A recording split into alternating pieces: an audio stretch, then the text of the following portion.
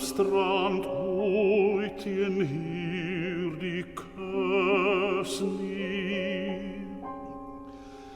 Die wind bereik nooit stormsterkte nie.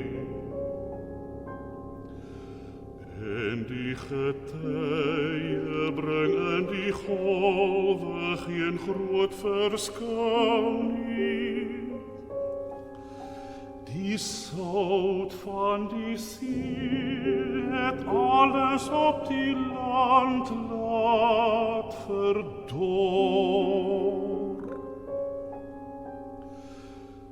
En die seevoëls moet ver die kus in vlieg verwater.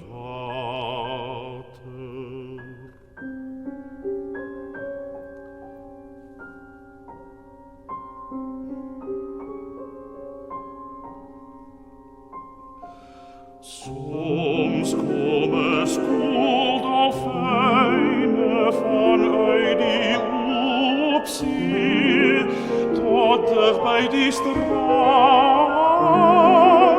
geswem.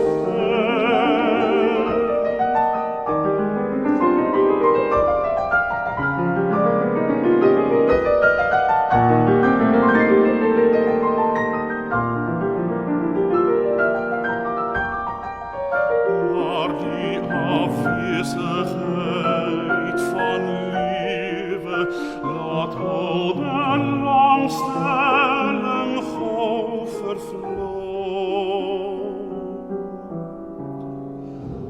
En s'nachts as selfs die gekruis van seevoëls verstom, sak verlatenheid nog dieper oor die landskap toe.